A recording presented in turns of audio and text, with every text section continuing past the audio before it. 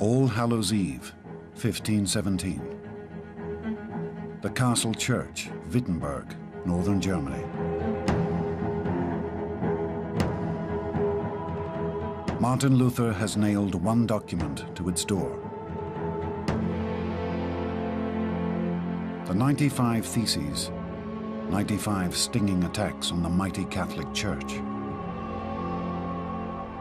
And its head, the Pope.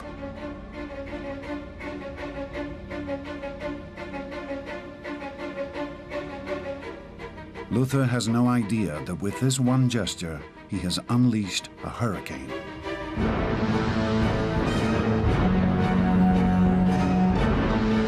A storm of violence that will rage across Europe. Change the face of Western civilization forever. And sweep him towards an epic confrontation with the greatest powers of the day.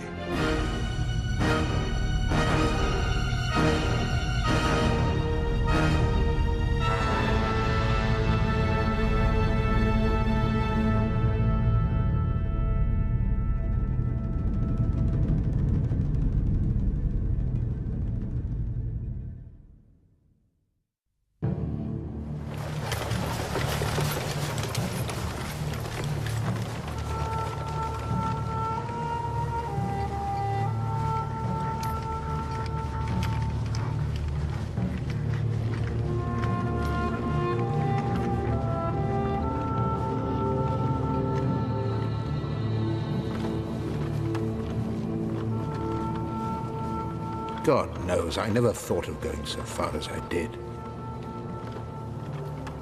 I would never have thought that such a storm would rise from Rome over one simple scrap of paper.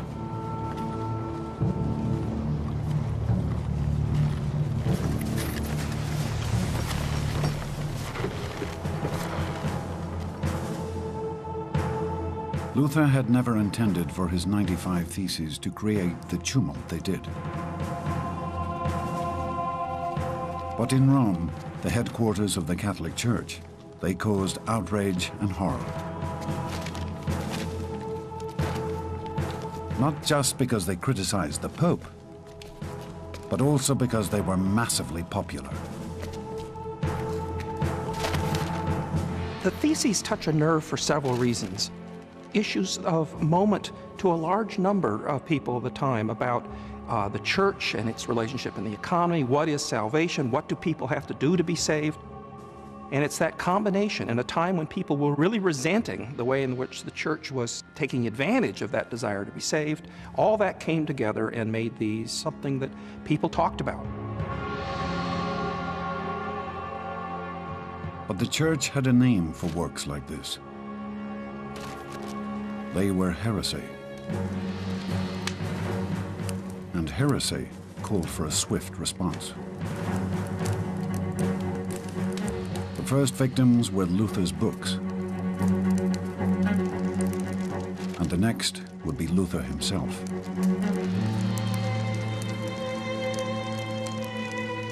The ultimate punishment for a heretic was that they could be cut off from the church and handed over to lay justice, which would sentence them to death in a rather hypocritical phrase that they used, without the shedding of blood, which usually meant burning or drowning.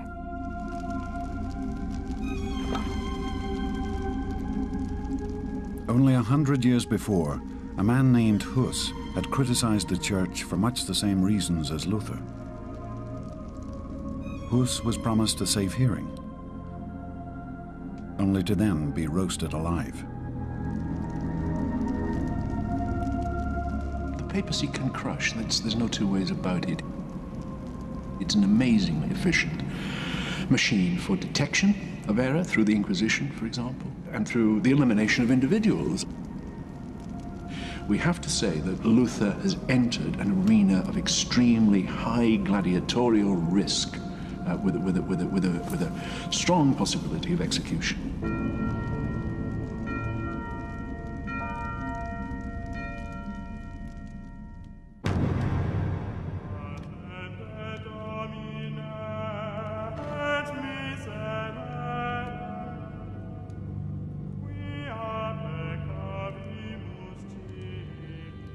For Martin Luther, the mounting fury of the Catholic Church would inspire not doubt and fear, but an extraordinary courage that would only grow stronger with every attack he faced.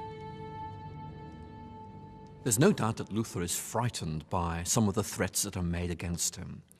But alongside this is this very strong idea that if the Christian life is being lived authentically, then you must expect to suffer.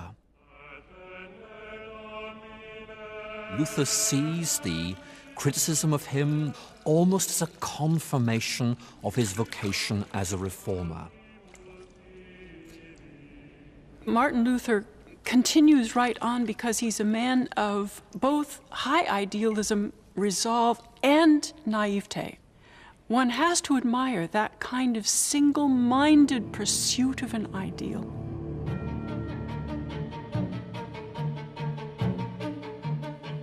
Luther squared up to the church with a style of opposition it had never encountered before.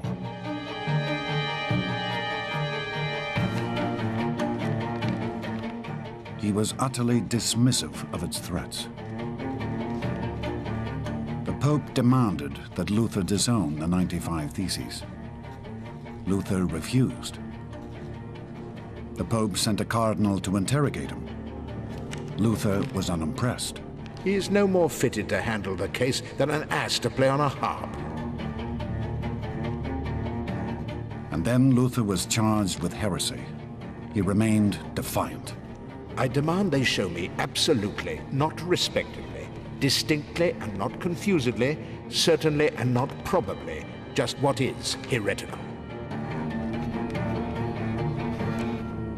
I think the difficulty the church faced was this.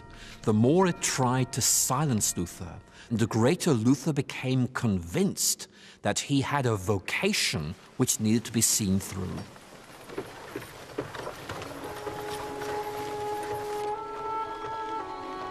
I desired to believe freely and to be a slave to the authority of no one, whether council, university, or pope. And I was bound not only to assert the truth, but to defend it with my blood and death.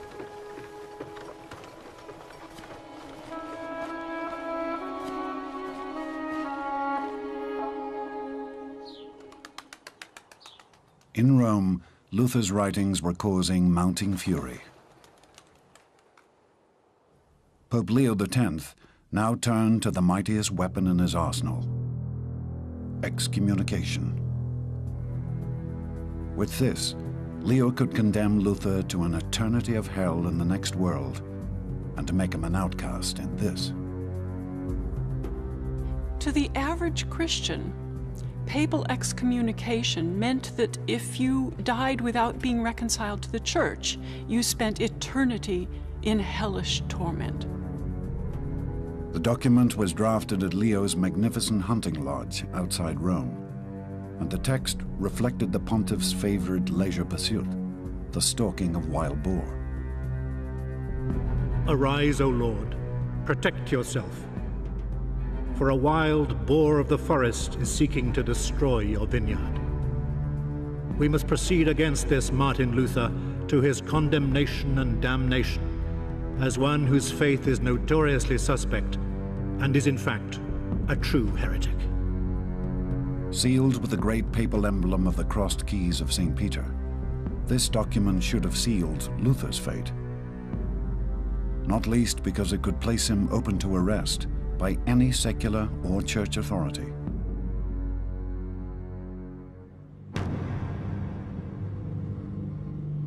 But as Leo was raising the stakes in Rome, Luther was discovering that he had a new and powerful weapon on his side.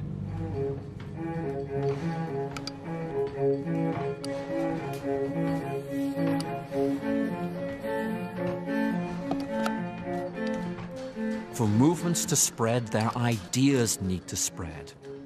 And for Luther, it was providential that a means of disseminating these ideas had suddenly become available through the printing press.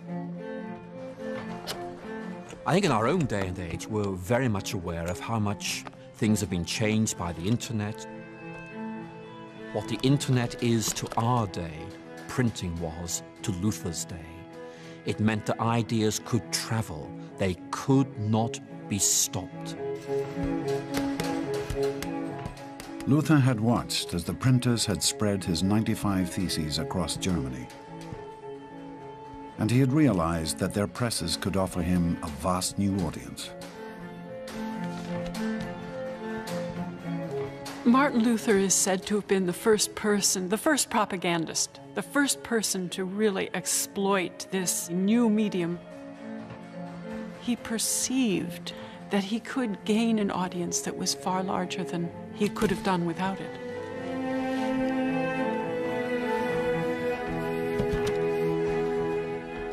Luther penned a new text, an address to the Christian nobility of the German nation.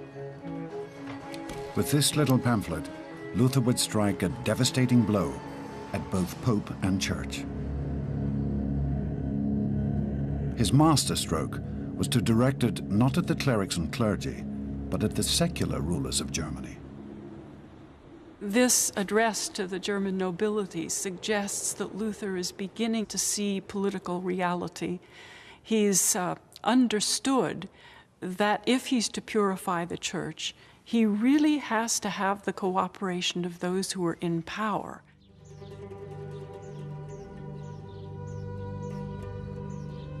In Luther's time, Germany was a patchwork of tiny provinces. Each province was governed by its own local ruler, but they were also held under the overall dominion of the Holy Roman Empire. And individually, these fragmented states did not have the strength to stand up to Rome's ever-increasing financial demands. There was growing resentment inside Germany, and this treatise really sets out to say to those in power in Germany, look, this has got to stop. Luther painted a vivid picture of the financial drain that was Rome. German money, in violation of nature, flies over the Alps.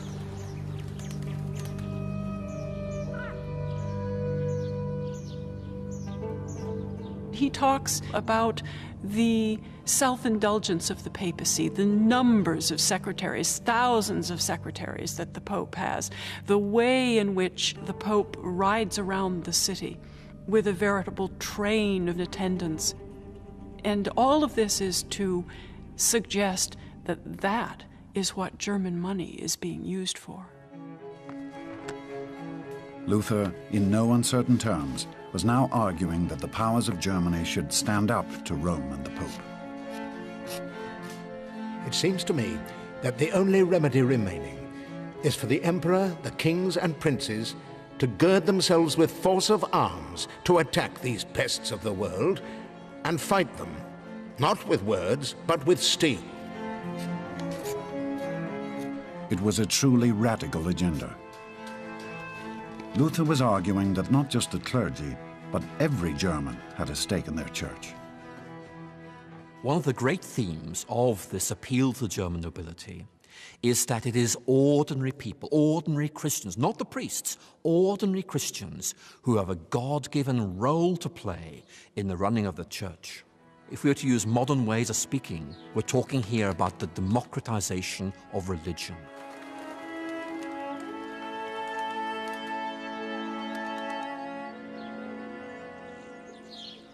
But Luther's revolutionary work would have a far more immediate consequence. It would now save him from being handed over to the church for trial and execution.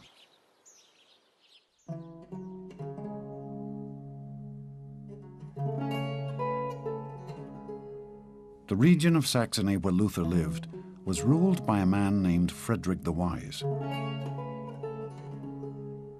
It was Frederick who had founded the University of Wittenberg, where Luther now taught.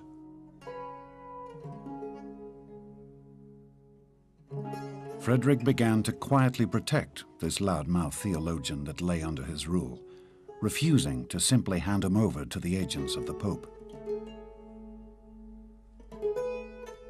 The motives of Friedrich the Wise are something of a mystery. Partly, I think there is a sort of pride about Frederick of Saxony over Luther. He is proud of his learned, famous theologian, the man who is attracting people to his new little university in Wittenberg. Luther's bringing a lot of status and recognition. May not be quite the kind of recognition he's comfortable with, but he is making Wittenberg to be taken seriously. Frederick had also quickly recognized the implications of Luther's latest work. Frederick and his immediate antecedents had been trying to limit the power of the church. Now, Frederick could hear the message of the address to the German nobility and say, "This is right. There's a higher principle involved here. I'm not just trying to restrict the funds that are flowing out to Germany because I'm a greedy man. There are higher ideals involved here." But the address to the Christian nobility was attracting attention in even higher circles. In 1520, Frederick received a visit from the most powerful man in Europe, the Holy Roman Emperor Charles V. Charles had only just come to power, but he was already finding Luther a concern. Charles is a devout Catholic. He really intends to preserve the Catholic faith. He is a champion in some sense of the papacy, but he's only 19 years old at the time he's elected Holy Roman Emperor. He's really in over his head, and he wants to keep the Luther issue from spinning out of control.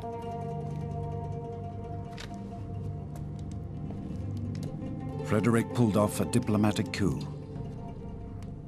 He convinced Charles that Luther should not be simply handed over to the agents of the church. Instead, he should be allowed to argue his case before Charles himself, at his next parliament, or Diet, in the German city of Worms.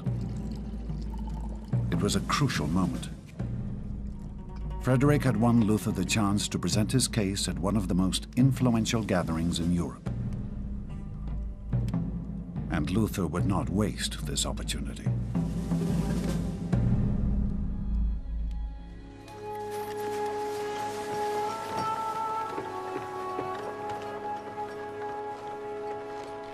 I was not trying to gain praise and fame with my writings and little books. For almost everyone I knew condemned my harsh and stinging tone. But I thought that even if the present age condemned me, maybe the judgment of future generations would be better.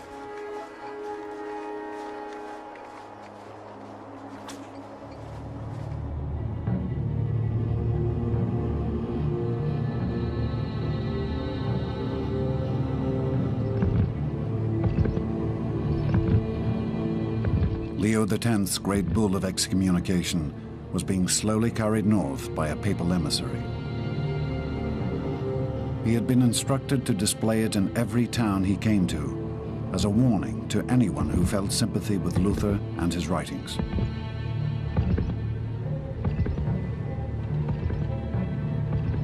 But the further north he traveled, the less support he found.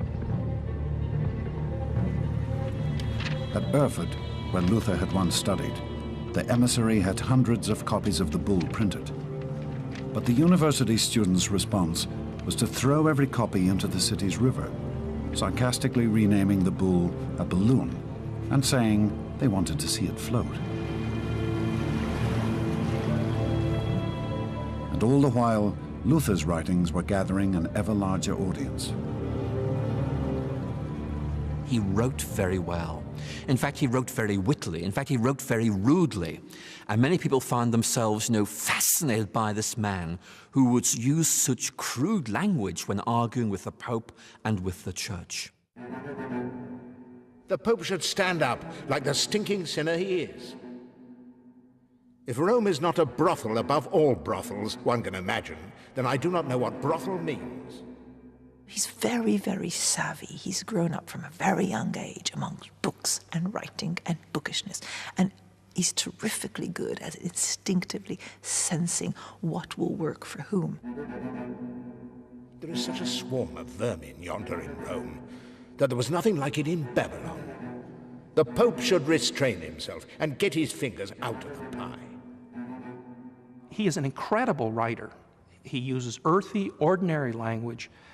He's just fun to read out loud. He's sarcastic, he's witty, he's profound. He is a great comforter. If you get attacked by Luther, you're just, torn up one side and down the other. Printed along with Luther's texts, for those who could not read, were visual parallels. Graphic woodcuts showing the Pope luxuriating in corruption. Even the Pope a servant of Satan.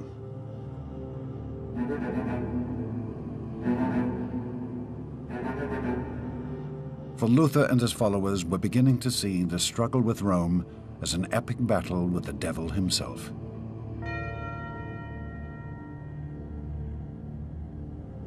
Luther is definitely not a modern man. Luther comes out of the medieval world. He understands the world through the lens of the Bible. He is absolutely convinced that he's dealing with the Antichrist. This is not just Martin Luther versus some politicians. This was an apocalyptic struggle.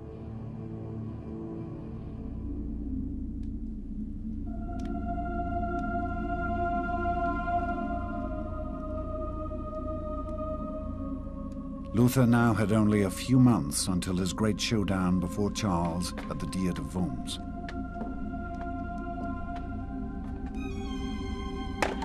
And Leo's bull of excommunication would reach him before then.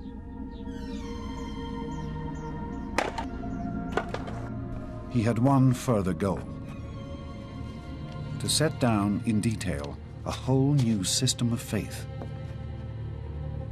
And it was this work that turned Luther from a voice of reform into one of outright revolution. It would be named On the Babylonian Captivity of the Church.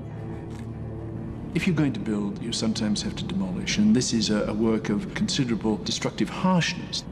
Babylon is the city of evil, and the church has been really kidnapped. The church has been taken into Babylon. It's really been heisted. The church has been taken over, you see, by the crooks.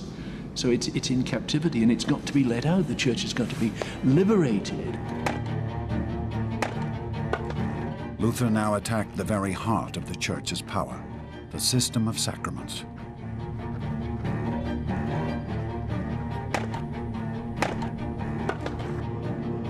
According to the Catholic Church, it was only through these special rituals that a man could hope to achieve salvation and get to heaven. And every one of these 7 sacraments, ranging from baptism at birth to the last rites at death, was administered by the Church's army of priests. But when Luther turned to Scripture, the actual words of the Bible, he could find only 2 sacraments. Luther argues in the Babylonian captivity of the church that there are really only 2 sacraments. There's the Lord's Supper and there's baptism. Baptism introduces you into the people of God, and the Lord's Supper is a tangible way in which God assures you of faith. This is my body given for you. This is my blood shed for you. Luther argued that the remaining sacraments were inventions of the church, and they must be cast aside.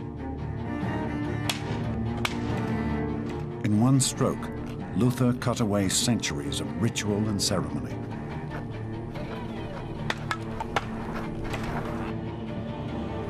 And liberated man's relationship with God.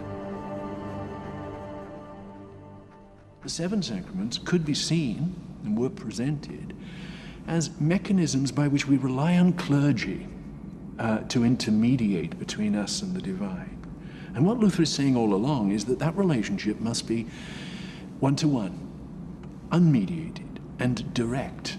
You know, we can repent. No one can repent for us. And so the reductionism, on the face of it negative, has this positive feature that it says really, From now on, baby, it's down to you.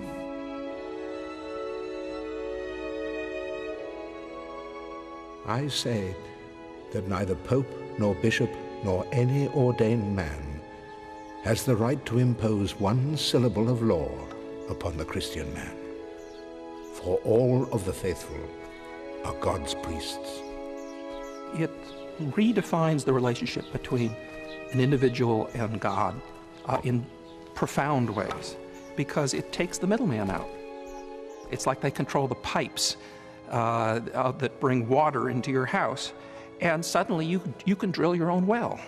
You're no longer dependent upon the waterworks of the church.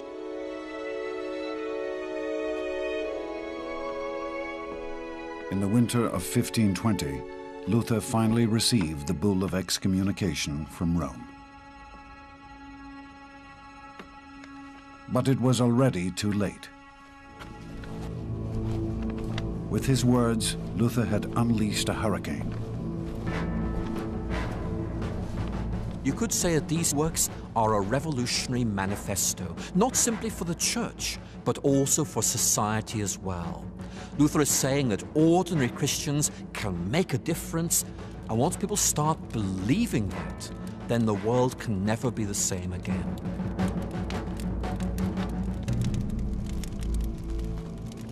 For Luther, the centuries-old power of the Pope now meant nothing. He hurled the bull of excommunication into a bonfire. Because you have corrupted God's truth, may God destroy you in this fire. I am not afraid, and I rejoice to suffer in so noble a cause. In burning the bull of excommunication, he is in fact saying, I will not give in. I am right, you are wrong, come and get me. Luther now braced himself for one final showdown with the powers of the Holy Roman Empire at the Diet of Worms.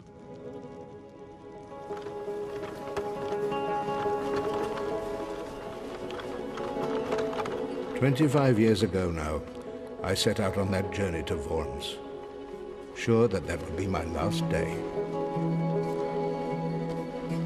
For, as I declared, if the Emperor was inviting me in order for me to recant, then I would never go.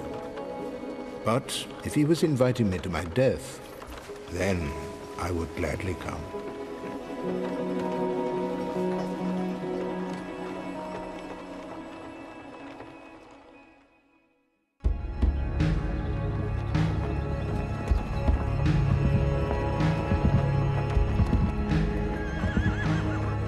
On April the 2nd, 1521, Luther set out from Wittenberg on the 2-week journey to Worms.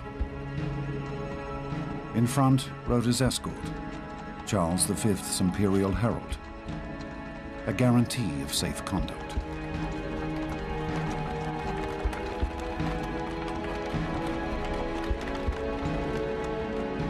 Luther's friends had done all they could to dissuade him from going, convinced he would never return alive.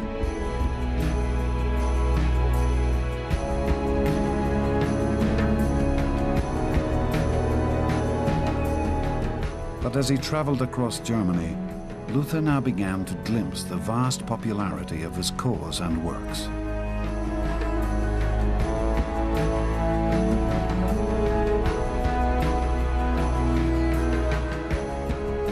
In Erfurt, the city elders threw a huge party for the passing traveler.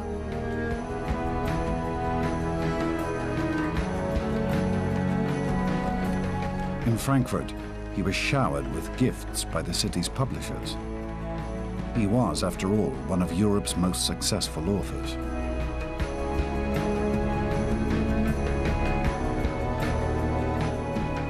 The awareness of his popularity might have given him some courage as he proceeded on to Worms, but I do not see in Luther the kind of big head that celebrities often get today. He was more devoted to that principle. He's still a single-minded idealist.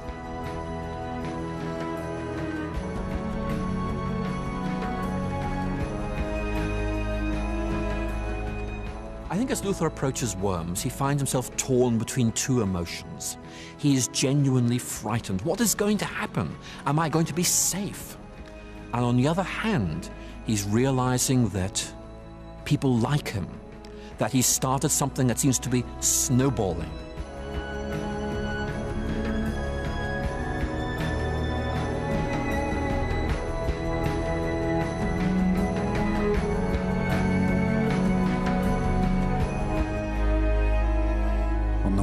The 16th of April, Luther finally approached the city of Worms.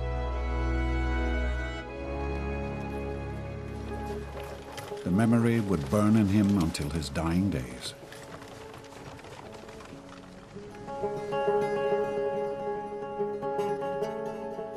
On that day, I was greeted by a multitude.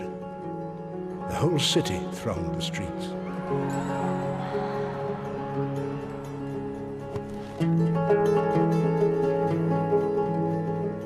An escort of knights saw me through the city gates.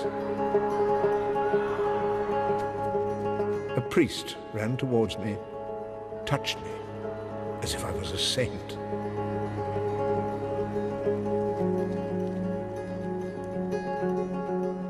When Luther arrived, that crowds came out to gawk and cheer, and one of the papal representatives reported back to Rome that 9 out of 10 people were yelling, "Long live Luther." And lest the Pope take any satisfaction, the 10th was yelling, "Death to the Pope."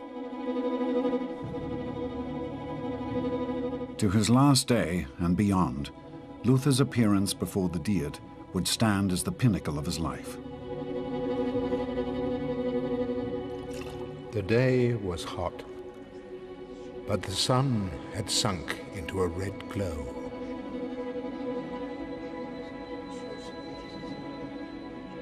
In that one room were gathered the greatest powers of Europe. The princes of Germany, the Holy Roman Emperor Charles, and the papal nuncio, Johannes Meyer von Eck. These were the men in whom God now entrusted my life.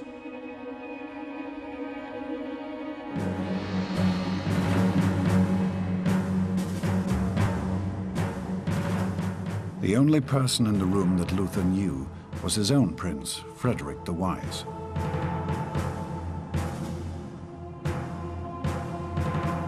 But he knew that it was the votes of everyone here that would decide his fate. The Pope's ambassador had only one demand: that Luther recant every one of his writings.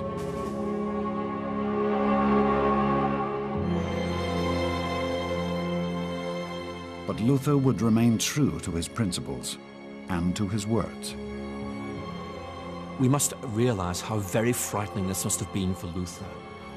Arrayed against him are the forces of church and the forces of the state. And it's clear that they are placing him under huge pressure simply to stand back, to say, no, I shouldn't have done this, I shouldn't have said that. He was shown a pile of his books and asked if they were all his. Indeed, all the books are mine, and I've written more if you want to read them. He would refuse to recant, in terms both clear and simple. I do not accept the authority of popes and councils, for they have all contradicted each other. My conscience is captive only to the word of God. I cannot and will not recant anything, for to go against my conscience is neither right nor safe. Legend tells us that Luther closed his address with one of history's greatest declarations of exhausted defiance. Here I stand. I can do no other. God help me. Amen.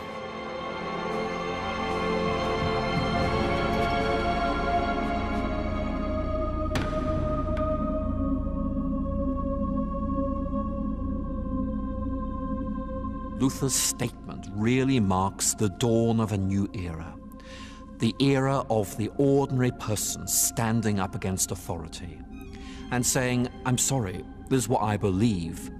My conscience tells me this. I cannot do anything else. That, I think, is a defining moment in the emergence of our modern understanding of personal and institutional freedom. This moment in Worms is very powerful. It's a time when a man stood up and spoke the truth and spoke for the truth and spoke for liberty of conscience. And we see him, therefore, as a monument to liberty of conscience.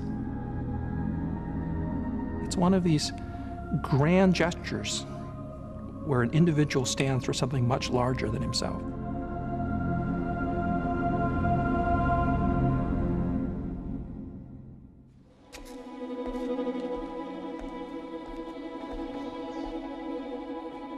Luther had been allowed to return to his lodgings after the hearing. He was told he would receive the verdict on the following day. He was sure that he would be handed over to the agents of Rome to face inquisition and trial for heresy.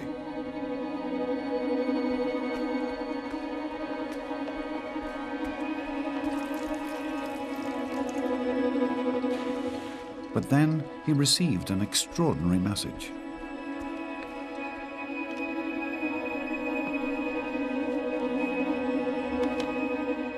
The judges had been unable to come to the unanimous verdict that the rules of the Diet required. One of those abstaining was Luther's old protector, Frederick the Wise. He has perceived the usefulness of Martin Luther. He doesn't want him to die. He wants to go on using him as a kind of weapon against the papacy and the church. And I think he's also very attracted to Luther's teachings, and he genuinely wants Luther to continue his work.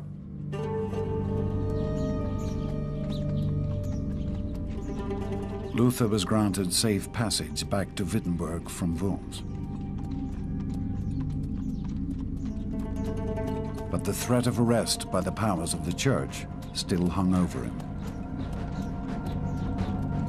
Frederick now took drastic action.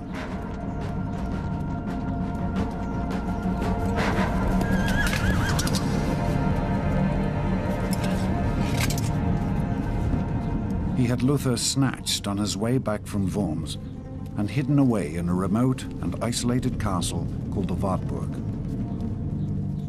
where the agents of the Pope would never find him.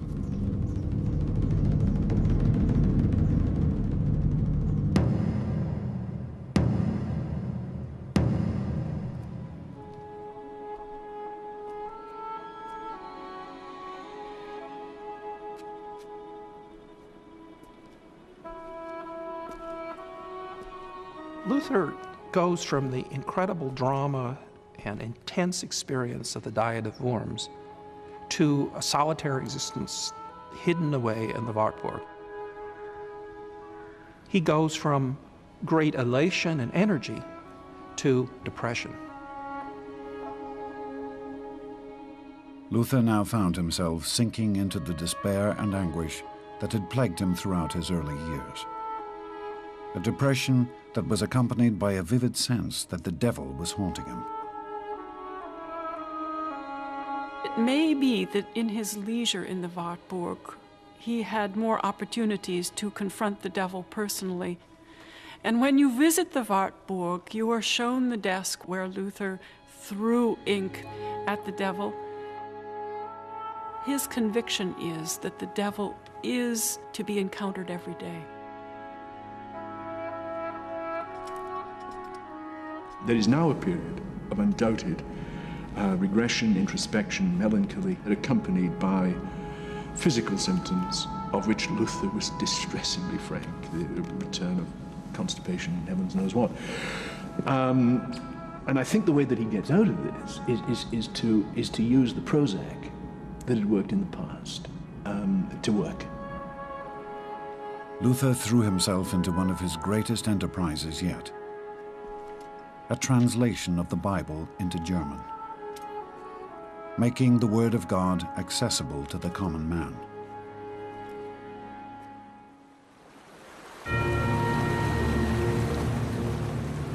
But even as Luther languished in isolation, the story of his stand at Worms was spreading like wildfire.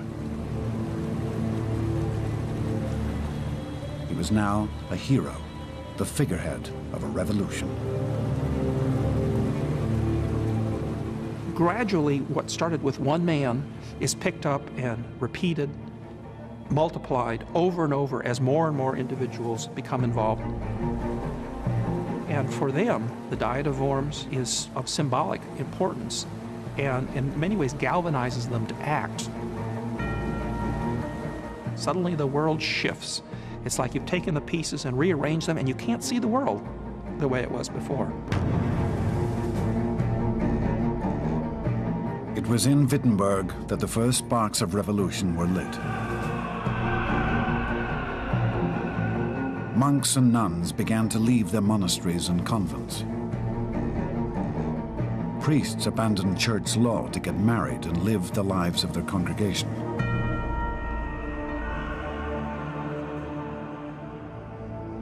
This is a beginning not merely of a religious movement, it's a social, economic, political revolution. There are images of the saints in the churches.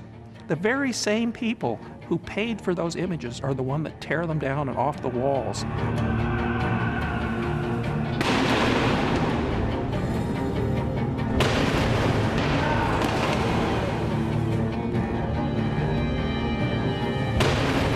It was an unstoppable rebellion, spreading from the grassroots up. The first steps of what would become the Reformation.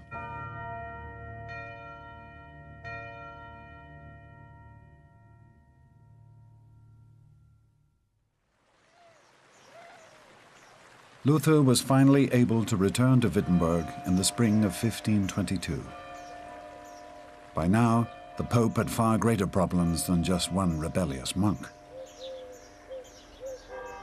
And Luther was about to discover how much of a revolution his words had inspired. Because the church was so wrapped up in the social conditions of life and the organization of society, the overturning of the status of the church could not fail to have important consequences for society. Communities are able completely to reorganize themselves without reference to these big international structures of the church. And communities across Germany and then across the rest of Europe take hold of issues like social discipline, like the relief of the poor, like public education, and they decide, no, hang on, we don't need to take a lot of other people on board with us. We're just going to decide this at local level and establish local rules for this.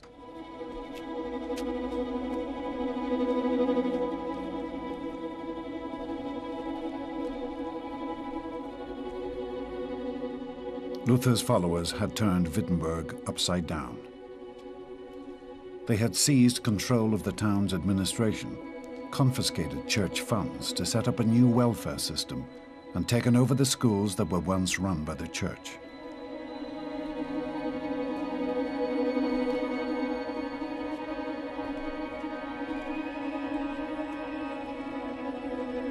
When Luther returns to Wittenberg from his captivity in the Wartburg, he sees the quite radical changes that others have made in his absence. And they were clearly very enthusiastic about these. They believed that this is what Luther wanted to be done. They believed this was the logical outcome of what Luther was saying. But Luther was horrified. Luther's ideas turned out to be much more radical than he realized.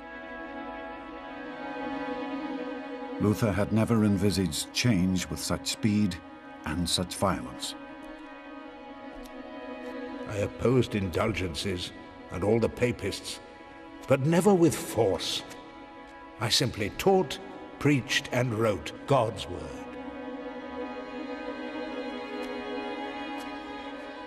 Luther climbed the pulpit and told the congregation that they must pull back from their social revolution. They should be concerning themselves only with their souls and God.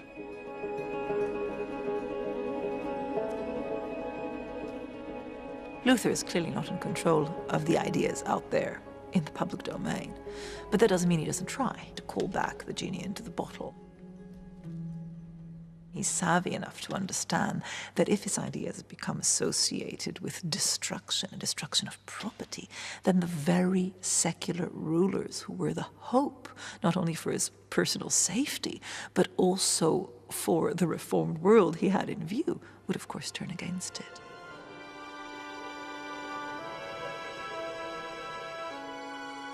But for all his appeals to the people of Wittenberg, the spirit of revolution only gathered strength elsewhere.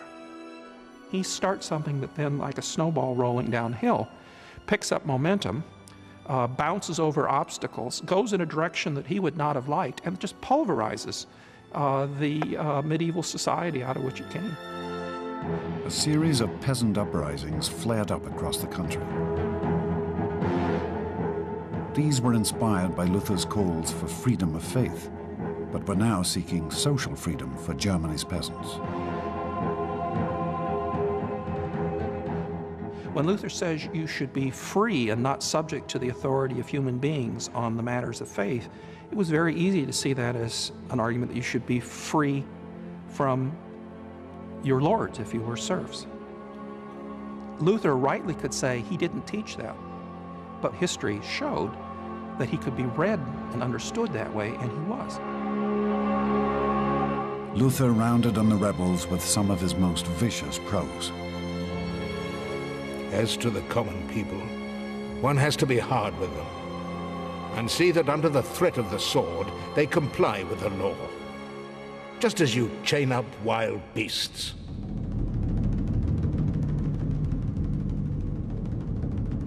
The princes of Germany matched Luther's words with deeds.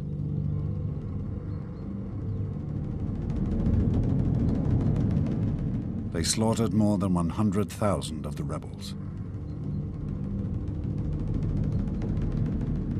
Luther's prose is so extreme. Smite, stab, slay. The person who kills a peasant in revolt is the right person to do the deed. He's so extreme that even the elites who are doing the smiting and the stabbing and the slaying are shocked.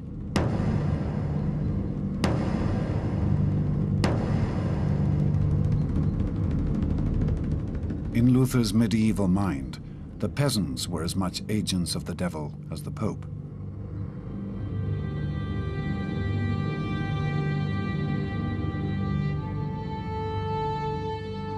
When he dealt with the peasants, he identified them as part of the satanic division. They were not merely human beings. They were minions of Satan. They were doing demonic work. And as such, he, as a representative of the Church of Christ, had to attack them with all the vigor at his command. Luther would always hold to this vision of apocalyptic biblical conflict, lashing out at anyone who threatened his idea of the road to salvation. After the peasants, one of his most infamous targets would be Judaism. Be on your guard against the Jews, knowing that wherever they have their synagogues, nothing is found but a den of devils in which sheer self-glory, conceit, lies, blasphemy, and defaming of God are practiced. You never get half pints, you always get quart jugs with Luther. You know, when he's warm, he is wonderfully warm. When he's hateful, he is very hateful indeed. The torrent of reform that Luther had unleashed remained unstoppable. This movement, known as Protestantism, swept across Germany and then onto France, the Netherlands, Belgium. But in every place, it took a different form. In Geneva, John Calvin founded a community where everyone had to live by rules based on the strictest of religious ideals. Citizens would be fined even for missing a sermon. In England, it would take a bloody civil war before Cromwell could establish his vision of a Protestant state. And then, in the newly discovered territories of America, the Pilgrim Fathers would found a nation on Luther's principles of religious freedom. Luther's ideas, in the specific historic moment when they emerged and the reception they received, meant an extraordinary change for the conception of what Europe is. It's no longer one Christian Europe. Moreover, it becomes a global story. It becomes a story that affects Asia and later Africa and the Americas and so on. It's absolutely part of the heritage of the European, Western, I would say, of the whole world.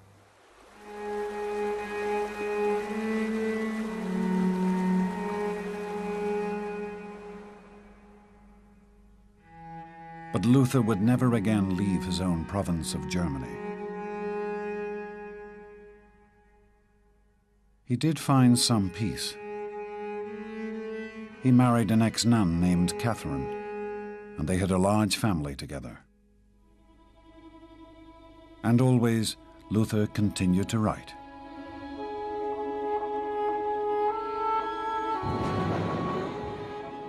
Luther's story just reminds us of the power of individual charisma. Charisma, both the person standing up and talking, but even charisma that can travel on the page, on the written page.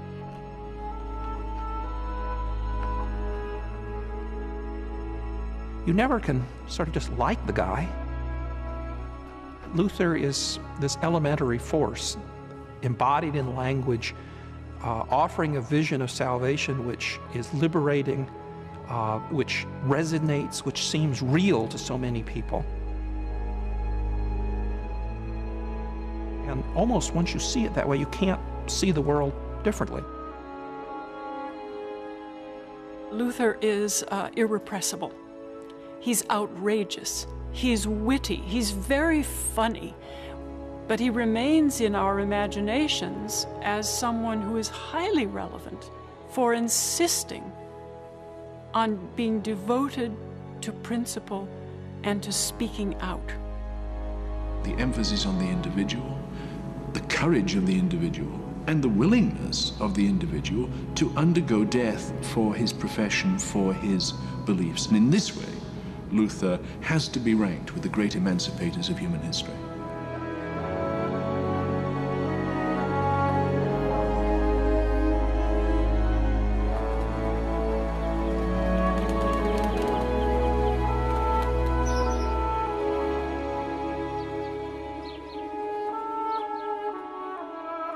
Luther would finally die in the year 1546, seized by a crippling heart attack after a harsh winter journey to the town of his birth, Eisleben.